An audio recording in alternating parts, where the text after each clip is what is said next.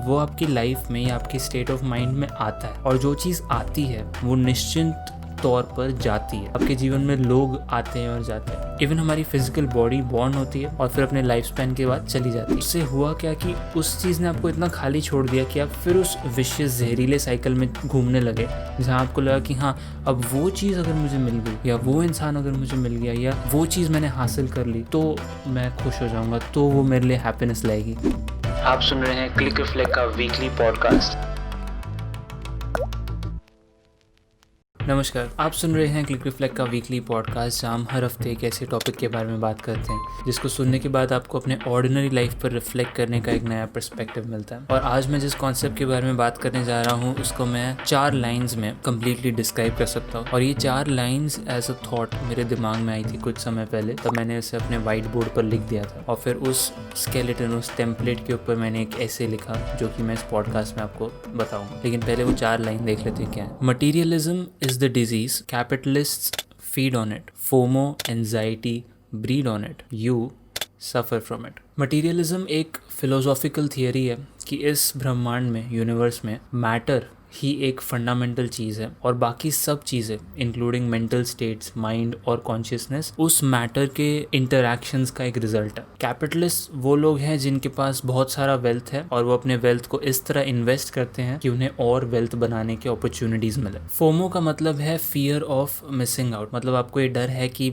आप वहीं रह जाएंगे और बाकी सब लोग आपसे आगे निकल जाएंगे। एंजाइटी मतलब बेचैनी, परेशानी, डिप्रेशन एटसेट्रा। और आप हैं जो इस सारे चक्कर में सफ़र कर रहे हैं। अब मैं मटीरियलिज्म को इस तरह टारगेट क्यों कर रहा हूँ वो समझने के लिए 2 कॉन्सेप्ट समझना ज़रूरी है। वो है हैप्पीनेस यानी खुशी और प्लेजर यानी प्रसन्नता। पहले प्लेजर से शुरुआत करते हैं। हर वो चीज़ जो आपको शॉर्ट टर्म यानी थोड़े समय के लिए अच्छा फील कराए वो प्लेजर है। प्लेजर का एक सबसे इम्पॉर्टेंट ट्रेट ये है कि वो आपकी लाइफ में या आपकी स्टेट ऑफ माइंड में आता है, और जो चीज़ आती है वो निश्चित तौर पर जाती है। भले ही आपको ऐसा लगे कि ये मेरा जो प्लेजर फीलिंग है, प्लेजर एक्सपीरियंस है, ये कहीं नहीं जाएगा, बट वो 100% किसी ना किसी पॉइंट पे ज़रूर जाएगा। हमें प्लेजर मिलता है ऑब्जेक्ट से। अब मैं ऑब्जेक्ट ये शब्द यहाँ पर एक बहुत ही ब्रॉड पर्सपेक्टिव से बोल रहा हूँ। हर वो चीज़ जिससे हम यानी कि सब्जेक्ट इंटरैक्ट करते हैं वो एक ऑब्जेक्ट है। आपके डिवाइसेस ऑब्जेक्ट्स हैं, आपके कपड़े ऑब्जेक्ट्स हैं, आप जो खाना खाते हो वो ऑब्जेक्ट्स हैं। यहाँ तक चीज़ें समझना इतना डिफिकल्ट नहीं है, लेकिन मेंटल क्लैरिटी तब आती है जब आप ये समझने लगो कि आपकी बॉडी एक ऑब्जेक्ट है, आपके दिमाग में चल रहे थॉट्स एक ऑब्जेक्ट है, आपकी इंटेलेक्ट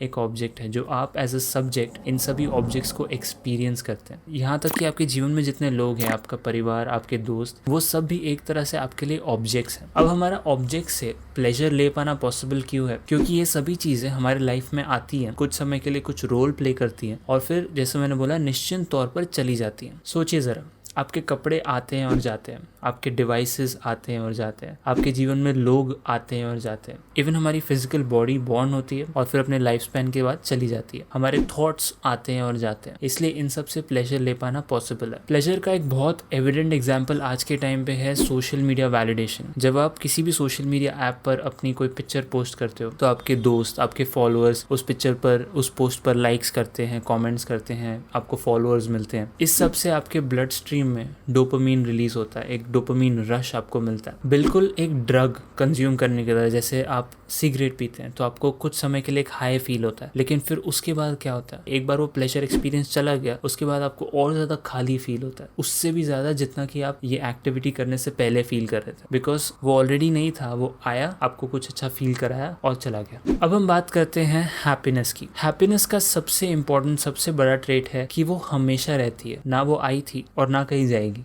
इसका सबसे बड़ा रीजन है कि ट्रू हैप्पीनेस इन सब ऑब्जेक्ट्स का नहीं बल्कि सब्जेक्ट का वजूद है। सब्जेक्ट यानी कि आप जो इन सभी ऑब्जेक्ट्स को एक्सपीरियंस करते हो। अब आप ये सोचोगे कि मैं सब्जेक्ट तो हमेशा हैप्पीनेस एक्सपीरियंस नहीं करता या करती, कभी कभी ऐसा हैप्पीनेस लगता है, लेकिन मोस्टली तो मेरे लाइफ में दुख ही है एज अ सब्जेक्ट। इसमें आपको ध्यान से ये सोचना है कि सब्जेक्ट यानी एग्जिस्टेंस को दुख है या आपके लाइफ में जो ऑब्जेक्ट्स आते जाते रहते हैं उनको हमारा माइंड सुख और दुख का एक लेबल दे देता है। कुछ समय के लिए एग्जिस्टेंस को समझने की कोशिश करते हैं। कोई चीज एग्जिस्ट करती है, ये फोन यहाँ एग्जिस्ट करता है, ये बॉटल यहाँ एग्जिस्ट करती है, मैं इस शरीर में यहाँ पर एग्जिस्ट करता हूँ, आप अपने फ़ोन के स्क्रीन के पीछे ये वीडियो देखते हुए एग्जिस्ट करते हो, क्या एग्जिस्टेंस इन इट सेल्फ कभी दुखी हो सकती है?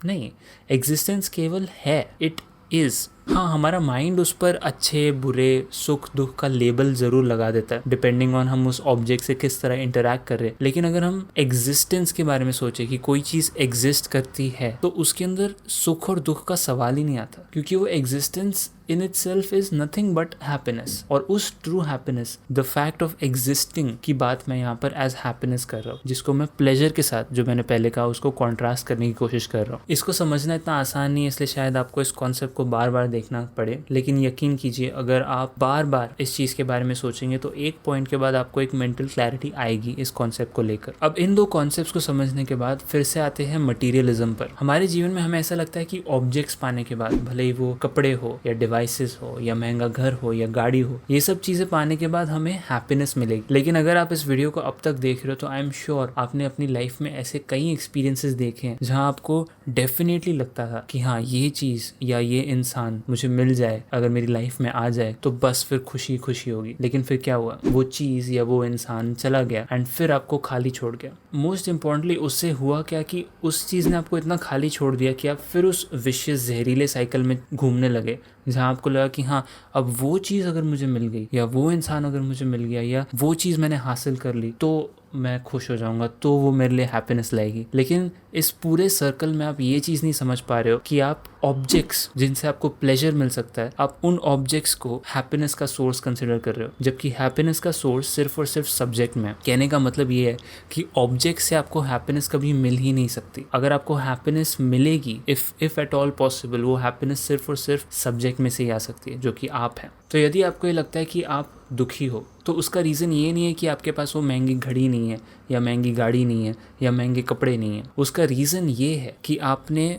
प्लेजर, आप उस ऑब्जेक्ट से मिल रहे शॉर्ट टर्म प्लेजर को लॉन्ग टर्म हैप्पीनेस मानने के भ्रम में जी रहे हो। अगर आप इस बारे में ध्यान से सोचो तो आपको पता चलेगा कि हर कंज्यूमर बेस्ड इंडस्ट्री इसी झूठ पर चल रही है। जैसे एप्पल हर साल एक नया आईफोन निकालता है, नए कैमरा के साथ, नए फीचर्स के साथ, नए स्क्रीन के साथ, नए बेनिफिट्स के साथ, और आपको ये यकीन दिलाता है कि हाँ, अगर ये वाला मॉडल मिल गया ना तो बस फिर खुशी खुशी होगी। लेकिन फिर क्या होता है? अगले साल एक और नया मॉडल आ जाता है जिसमें और नए फीचर्स होते हैं। तो आप देख रहे हो ये साइकिल चले ही जा रहा है। और ऐसे सभी इंडस्ट्रीज आज के टाइम पे ट्रिमेंडसली सक्सेसफुल इसलिए हैं क्योंकि आप इनके झूठ को सच माने जा रहे हैं। आप ये देख ही नहीं पा रहे हो कि जो हैप्पीनेस वो आपको प्रॉमिस कर रहे हैं एडवर्टाइजमेंट में और मार्केटिंग में, वो केवल प्लेजर है, वो हैप्पीनेस हो ही नहीं सकता। अब ये तो प्रॉब्लम है, और सिर्फ प्रॉब्लम को पॉइंट आउट करके छोड़ देना is not a wise thing. इसलिए अब मैं मेरे हिसाब से इस चीज़ का क्या सोल्यूशन है वो आपको बताता हूँ। सोल्यूशन ये नहीं है कि आप अपने लाइफ में जितने भी ऑब्जेक्ट्स हैं उनसे इंटरेक्शन करना बंद कर दो, क्योंकि पहली बात तो उस लेवल तक पहुँच पाते हैं कुछ साधु, कुछ मंक, बहुत बहुत कड़ी तपस्या के बाद। तो आप अचानक से ऐसे डिसाइड करके वहाँ नहीं पहुँच जाओगे कि हाँ, अब मैं सब्जेक्ट हूँ, मुझे सिर्फ ट्रू हैप्पीनेस चाहिए, मैं ऑब्जेक्ट से इंटरेक्ट नहीं करूँगा जो मुझे प्लेजर देती है। और सेकेंड इंपॉर्टेंट चीज़ ये है कि ऑब्जेक्ट्स का हमारे लाइफ में एक बहुत बहुत इंपॉर्टेंट रोल है, बिकॉज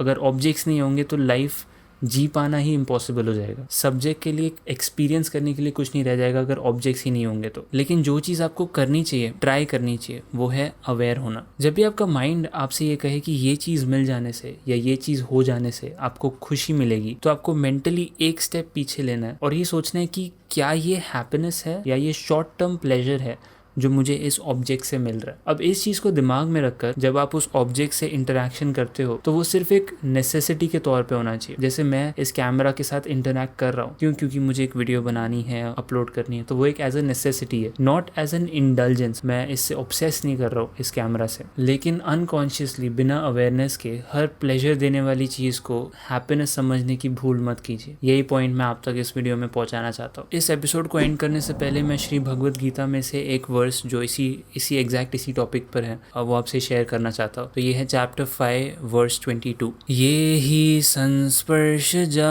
भोगा दुख योनय एवते आदन्त्यवन्त कौन्तेय न तेषु रमते बुधः। तो यहाँ पर संस्पर्शजा का मतलब है जो भी चीज़ें सेंस ऑब्जेक्ट्स से बॉर्न होती है, तो born of contact with sense objects. भोग का मतलब है प्लेजर्स। जितने भी प्लेजर आपको सेंस ऑब्जेक्ट से मिलते हैं, योनया मतलब सोर्स ऑफ दुख, मिजरी, यही चीजें हैं आपके दुख का सोर्स, दुख का कारण। आदंत्यवंतम मतलब they have a beginning and have an and. जैसे कि हमने डिस्कस किया कि प्लेजर आता है और चला जाता है, तो उसका एक बिगिनिंग है और एक एंड है। कौन्तेय मतलब सन ऑफ कुंती, जो कि कृष्णा अर्जुन से कह रहे हैं। बुधा मतलब जो the wise people don't take delight. रमते मतलब टेकिंग डिलाइट। सेंसेस यानी कि sight, sound, taste, smell, touch, इन सभी सेंसेस से जो भी प्लेजर्स मिलते हैं वो ही हमारे दुख का कारण है। इनका एक बिगिनिंग होता है और एक एंड होता है। जितने भी वाइज लोग हैं इन चीज़ों में डिलाइट नहीं लेते। यदि आपको इस वीडियो से कुछ भी सीखने मिला तो मैं आपसे रिक्वेस्ट करूंगा कि आप इस वीडियो के लिंक को शेयर कीजिए, कहीं पर भी शेयर कीजिए, अपने व्हाट्सएप स्टेटस पर या किसी व्हाट्सएप ग्रुप में या अपने सोशल हैंडल पर, ताकि और लोग इस वीडियो को देख सकें और इस प्लेजर, हैप्पीनेस के कॉन्सेप्ट को समझ सकें। वीडियो देखने के लिए बहुत बहुत शुक्रिया। पीस।